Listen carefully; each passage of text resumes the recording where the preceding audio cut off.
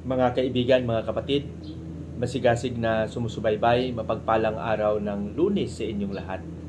Nasa ikalabing-tatlong linggo na tayo o ikalabing-tatlong araw na tayo sa buwan ng Nobyembre. November 13, 2023. Tuloy-tuloy lang tayo sa ating mga pagninilay at maraming salamat sa inyong patuloy na pagsusubaybay, pakikinig at pakikibahagi din ng simpleng pagninilay na ito sa inyong mga kaibigan, sa inyong mga kapatid, sa inyong mga kakilala. Kinikilala ko ang inyong pagiging kaisa, instrumento sa isang hangarin na maipaabot ang pagninilay na ito sa ating mga kapatid, malayo man sila sa simbahan, kung saan man sila. Maraming salamat sa inyo. Sa Lunes na ito, sa araw na ito, ang ating pagbasa ay ibabahagi sa atin ni San Lucas Kapitulo 17, versikulo 1 hanggang 6. Jesus said to His disciples, "Things that cause sin inevitably occur, but woe to the one through whom they occur.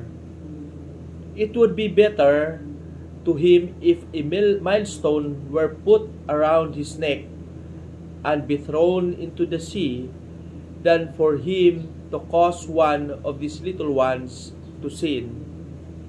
Be on your guard. If your brother sins, rebuke him, and if he repents, forgive him. And if he wrongs 7 times in one day, and returns to you 7 times, saying, I am sorry, you should forgive him. And the apostle said to the Lord, Increase our faith. The Lord replied, If you have faith the size of a mustard seed, you would say to this mulberry tree, Be uprooted and planted in the sea, and it would obey you." Mga kaibigan, ang mabuting balita ng ating kaligtasan. Napakaganda ng ating ebanghelyo sa araw na ito at pinapaalalahanan tayo ni Jesus na magkaroon ng matibay na pananampalataya. Oo nga, bilang tao, para sa akin ang malalang sakit na ginawa natin ay yung may magandang hangarin sana tayo o may mabuting gawain sana tayo ngunit hindi natin ginawa. Para sa akin yan yung masakit at malaking kasalanan na ginawa natin. Na mayroon sanang magandang bagay na pwede natin gawin pero hindi natin ginawa. Nanatili tayong bingi, nanatili tayong bulag, nanatili tayong manhid at walang pakialam sa mga pangyayari sa paligid. Bilang tao, ito yung hindi natin nabigyan ng pansin. Na sa ating buhay, napakalaki ng ating tungkulin sa bawat isa.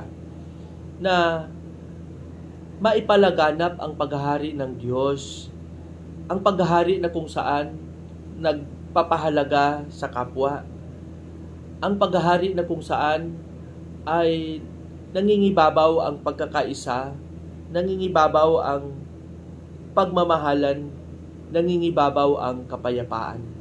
Kaya nga, sabi ng Panginoon, kailangan magkaroon tayo ng tapat na pananampalataya. Sinabi naman ng kanyang alagad, sabi niya, Panginoon, dagdagan mo ang aming pananampalataya. Siguro, may mga panahon na tayo, kahit sabihin natin ay nagkaroon tayo ng matibay na pananampalataya, ngunit posible dahil sa impluwensya ng maraming tao, impluwensya ng panahon, hindi natin na sa katuparan ang ating misyon. Kailangan magkaroon tayo ng panindigan. Magkaroon tayo ng tibay na pananaw, lalong-lalo na sa pagpapahayag ng mabuting balita at pagsasabuhay nito.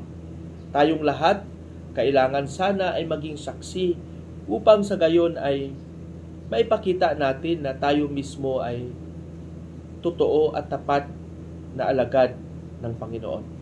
Sana mga kapatid, pag nilaya natin ng mabuti, hingin natin sa Panginoon ang tibay ng pananampalataya at magkaroon ng panindigan na maipahayag ang kanyang paghahari.